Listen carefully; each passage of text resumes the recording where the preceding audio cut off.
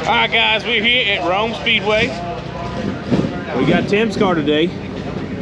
Nick's here. Everybody I asked is coming today, so this place will be packed out.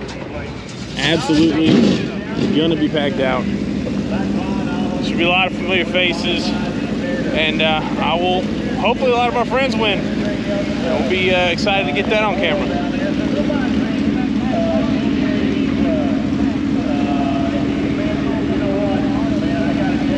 Getting the track wetted down.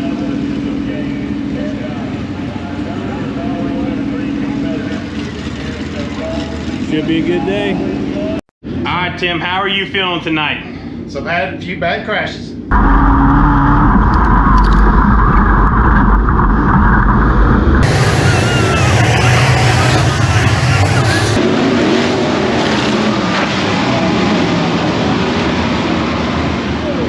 As you all seen, but I'm ready to get back in the car, get after it. All right, man, that's a good attitude. I like that. Tim, it's Kenny Wallace. You have a good friend in Ryan.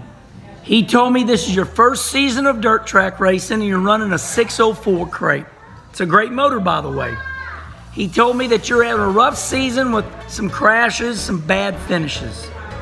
My friend, I've been there. We've all been there. 1986, I started racing for my very first time. I went up to Cincinnati, Ohio. It was asphalt, ASA, just to practice to see how I could do. I had not even raced before then. My brother Rusty flew in from North Carolina. Everything was going good. I said, man, I got a handle on this. Went down and turned one lap during practice, spun it out, brand new car, backed it right in the wall. And I mean, it was bad. I'll never forget, Rusty looked at me and he goes, well, welcome to the big time, pal. I thought, man, what a smart. He said, what are you gonna do? Rusty's saying that to me. What are you gonna do, Herm? I said, I'm gonna fix this son. And he said, that's what I wanted to hear. That's what I want to hear out of you, Tim. Fix it. Stay digging. And I'll leave you with this. Tough times last a while. Tough people last forever. Competition to kill you, man. It ain't easy. Stay strong, and I'm behind you, and Ryan loves you. Guys, Kenny Wallace is so awesome for doing that. He will be at Boyd Speedway on October 8th, 9th, and 10th with Ken Schrader and John Schneider for their Pretty in Pink weekend race. So please check that out. All right, guys, we are here with Jeff Smith Racing, and he's going to drive a car tonight. What kind of car are you driving tonight? It's an old Team 17 Warrior car. When I was driving for Randall Hill, we done some work on some cars. We had some 06, 7, 08 model cars that we had done a lot of chop cut rebuild on, and we went and met with the guys at Warrior, and they just made a few minor changes off of what they were doing for us at the time, and it's one of those cars, built it new for Justin Shipley, so if he sees this, it's Black Betty. Went from Justin Shipley to Hunter Jones, and now Tony Wilkie out of Center, Alabama owns it. So he bought it from Harris, Hunter's dad, and he called us up, and Harris got us hooked up, sent him to us, and we went through the car and kind of refurbished everything, new deck and body, and kind of updated it, you know, moved all the T-bars around and made it look like a newer model car. And went tested with him once or twice, and Tony's kind of been on me, wanting me to run the thing ever since we put it together. And as you know, we took Tim's car to Dixie the other night just to kind of shake it down, and of course my phone was ringing Sunday. Yeah, ended up winning it without me there. Well, you laid out on the wrong day, man. Yeah, I didn't know. On the wrong day. But you've won a lot of races in your career when you were racing. What do you do nowadays? We help some folks with the cars. We got a race shop. I'm part owners in a sign shop with Chris Huff and Roger Mason. We call him Tiny. He runs that. In the race shop, we got a few guys who rent some spots from us, Tim being one. Mm-hmm. Chris keeps his car there. Richard Austin's stuff, we're in the shop together. So we do some maintenance and upkeep on some cars for guys. We do some consulting, driver coaching, help with the whole program, kind of. You know, whatever is needed. I guess we just kind of share the school of hard knocks from over the years and try to shorten that learning curve for other people. So a little bit of all of it. We do some repair work. You know, my buddy Fatback, he had a stroke a couple years ago, so we don't do as much sheet metal work as we did. Had David Burtz, he worked with us for a little while. He got something that was a little better offer, a lot closer to home, less travel time and whatnot. But good guy, he still offers to come up and help us do some things. But do that. You know, as everybody else knows, it's just been a little over 6 years since we crashed and broke my neck in one of these cars. And after all that was over, you know, we started a home-based business and helping people save money and make money, and that's been really good. It actually allowed us to sell our truck repair business. And the race car shop, you know, it's I've heard my whole life that, well, not my whole life, I didn't listen for several years like most people. When we're kids, we don't hear too good, but you know, they say if it's something you love to do, you'll never work a day in your life. And that's kind of where we're at with the race shop. I love to work with the cars, and now my son, he's sitting over here laughing at me, but he's grown up now, and he's as you well know, Ryan helps you and Tim, and so he's at the shop now, fixing to start back to school. So that'll be a little bit different. You know, the first half of the day will be quiet, so to speak, I guess, around there, and then the afternoons will make up for what we missed, I'm sure. But it's just a lot of fun. It's all about helping folks, and you know, you can't help everybody. And I don't mean that in a negative way. It's just that everybody is coachable by somebody, and I'm not coachable by some, and some are not coachable by me. But it's a lot of fun, man. Made a lot of great friends. You know, I had more of my racing family, I call them, come and see us when I was injured 6 years ago than my own blood family. So that's kind of what this is built to over the years, you know. Yeah, I've talked about the fact that it's kind of like a family when you walk around here, and everybody's helping each other, even if they aren't, you know, even if they're going to compete with each other the same night. They'll let each other borrow parts and all that kind of stuff, and yeah, it's a great atmosphere. But thank you for talking with us, Jeff, and we'll see how you do tonight, man. Yes, sir. Well, Lord willing, we'll go get a picture made here in a little while if this thing will hold together. See if I hadn't forgot how to get around this place. Yeah, we'll see. All right, man. Thanks, Ryan. Thank you. All right, bud.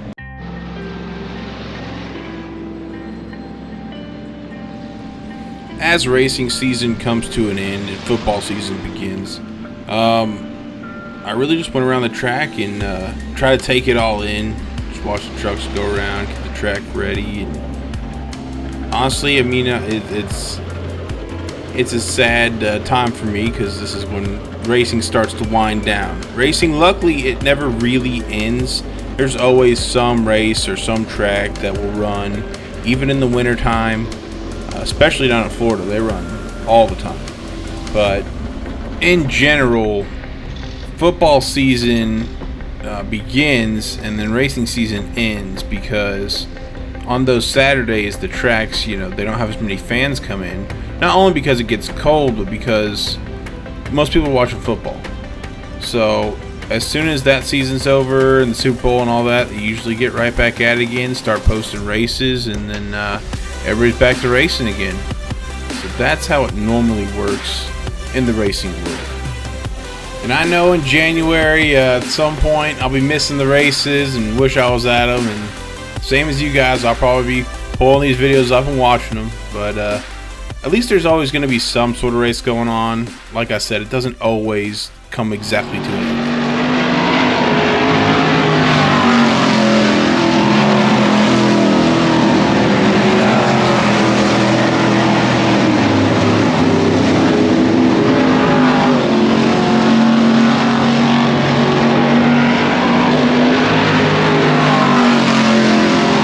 So for this night, I really just walked around and recorded all my friends. I mean, there are a lot of them that showed up to Rome, and I had a lot of friends show up to Rome. So that's why I decided I was going to follow for the night, and then a lot of the shop cars as well. We brought 4 shop cars to the race. So that would be Jeremy, that would be Tim's car, that would be Jeff's car, and that would be Ronnie Johnson's 85 car, not be technically Richard Austin's car. But we brought 4 since Tim and Jeff are both running 604, technically there's only 3 races that we could have won. And you're going to see just how well we did. It was surprising. And we were very, very fortunate for what happened this night. So as you can see here, Ronnie Johnson brought his number 5 car for the night, running super late model, and he also drove Richard Austin's 85 car under the Steelheads.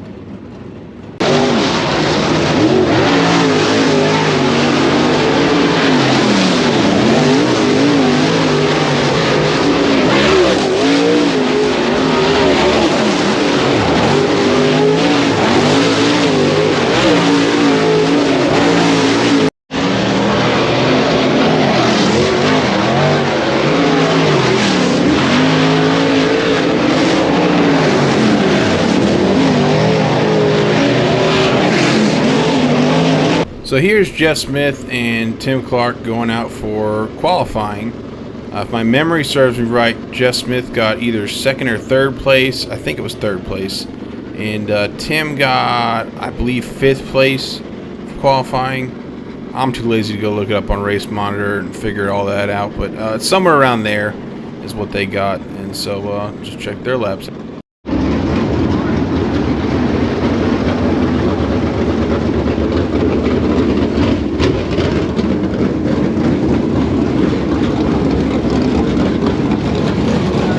So Jeff and Tim go out for qualifying, and Jeff is our racing coach, so this was a rare opportunity for Tim to actually follow Jeff's lines on the racetrack.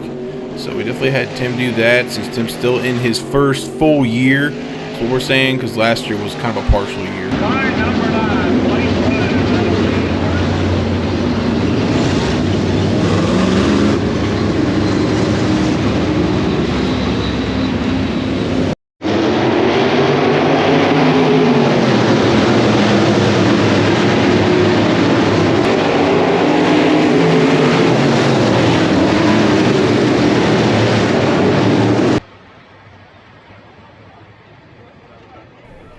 So there was a really bad crash during the hobby race on the back straightaway. I was not able to capture that on camera for you guys, but man, that car, oh my goodness, that thing got smashed.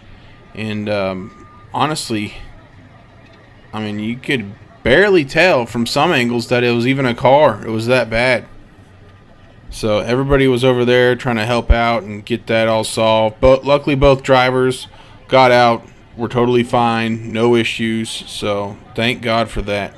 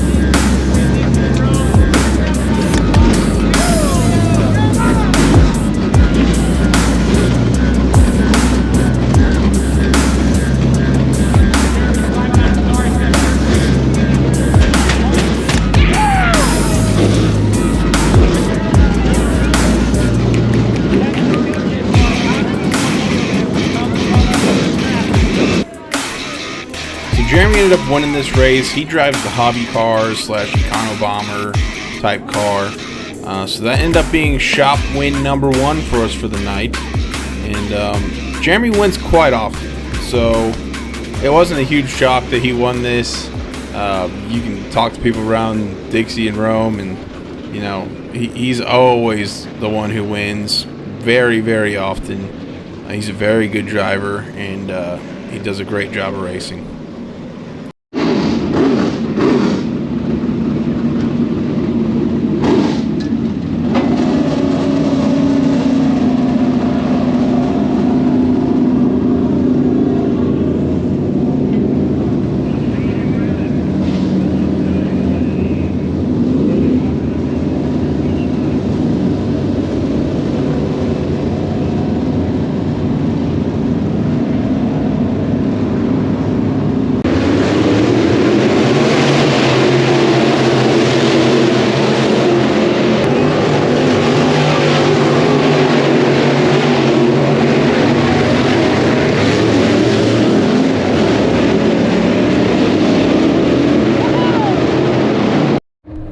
So when those cars came and wrecked right there, one of them turned and the rear wheels were basically spinning still, shooting rocks toward my way. One rock hit the back of my head. I felt fine, but I started bleeding there, and my dad thought, you should probably go over to the ambulance, get it checked out. So go over there, everything's fine, not a big deal, but yeah, that was crazy.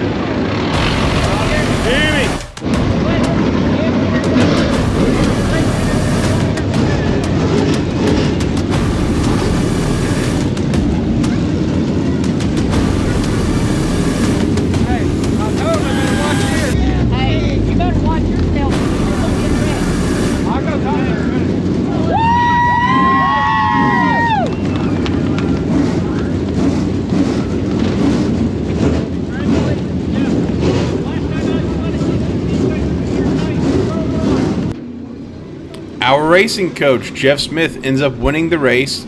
This one was technically a surprise to us. We all know he's a great driver, but he's been retired for years. I mean, a long time. I mean, just a few weeks ago, he came out and tested Tim's car. He won that race, but then he's testing this car out as well, and he wins this race.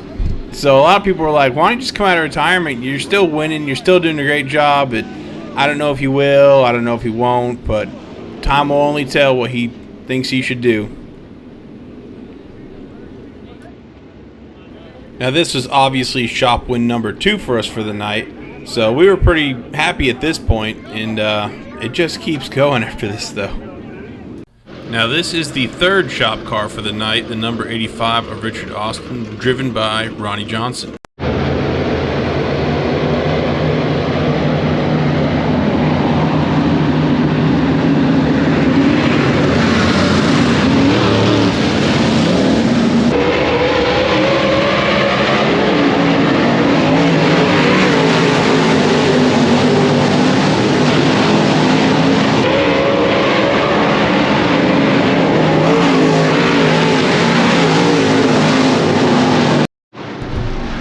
So Ronnie Johnson started on the pole, and he just stayed there the rest of that race. I mean, obviously, fantastic driver. He's a Hall of Famer, so you couldn't ask for a better driver to be driving your car for the night. But yeah, the rest of this race, I mean, he just sits on the front and never lets go. Just pedal to the floor the whole time. I actually did an interview with Ronnie in my last video at Boyd Speedway, so check that out if you want to see Ronnie.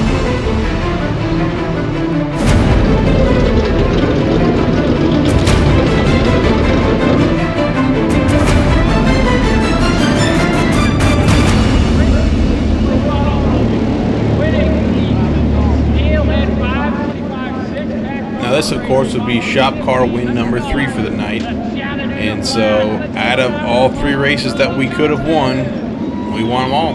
And that was amazing. Never done something like that before. So, everybody was very, very grateful.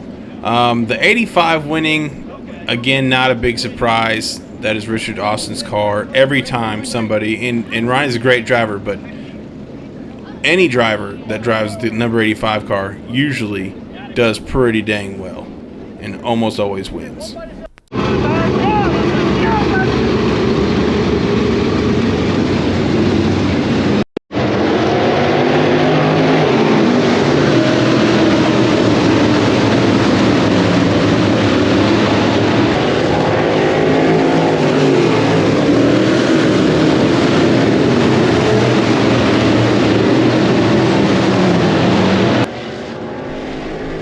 So now my buddy Taylor Cole's driving the number 66 car. It's the blue car.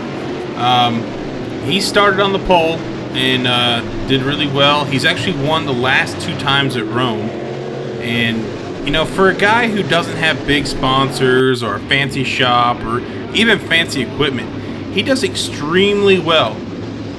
with what he has every single time he goes out. I mean, he's always a threat at every 602 race that he's ever gone to. People are always like, oh man, Taylor's here.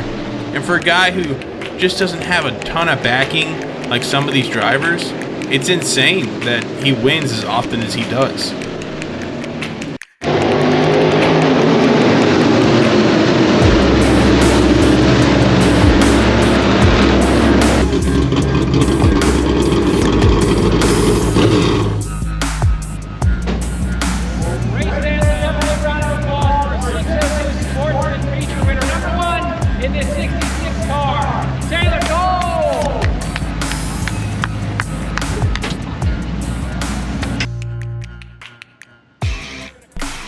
So Rome has only raced 3 times this year, including this race right here.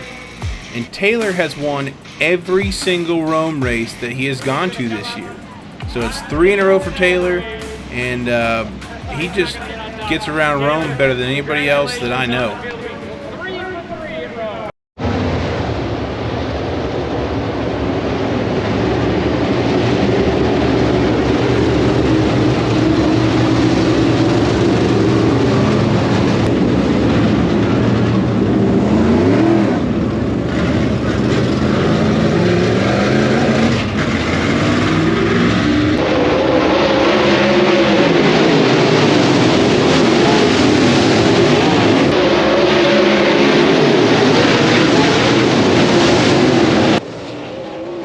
Alright, so the gist of this race was Tyler Midwood, that number 31 right there, he started on the pole. And he got behind Jason Croft at some point and just wasn't able to catch up to him. Right here is where you can see Andrew Littleton's in that number 87, and he's kind of blocking Jason Croft right there. This is where Tyler had a shot at getting into the lead again. And Ronnie Johnson ends up getting a flat tire, and the race comes to a halt, and they stop. Ronnie gets his tire changed out, gets back on the track, and at this point, Andrew obviously isn't there blocking Jason Croft anymore, and so Tyler has to go back to second place and starts behind Jason Croft, which is fine because he's a good driver and he can make it happen. But then he gets spun out over here and ends up facing to where he can continue to race. The problem is that they never throw the yellow flag, and so he gets passed by pretty much everybody, and they never even threw the yellow flag for him. So he has to sit there and run from way behind, didn't even get to start with everybody, and try and catch up. So at this point, he stops the car. He's like, hey man, I was supposed to get a yellow back there. What's the deal? So you aren't really allowed to stop the race like that, so they end up telling him to get off the track, and they're not going to deal with that. So he gets off the track, and Jason Croft ends up winning the race. Jason Croft is a fantastic driver, absolutely deserves the win, no doubt about that. But that was how Tyler's night ended. Now this was Labor Day, so of course some fireworks are in order, and Rome definitely delivered on the fireworks. They were a great show. They really spent some money on this one, and we had a great time. Guys, please subscribe to the channel. That helps me out a ton. Share it, like it, put all notifications on. You guys really been rock solid helping me get my content out there, and I absolutely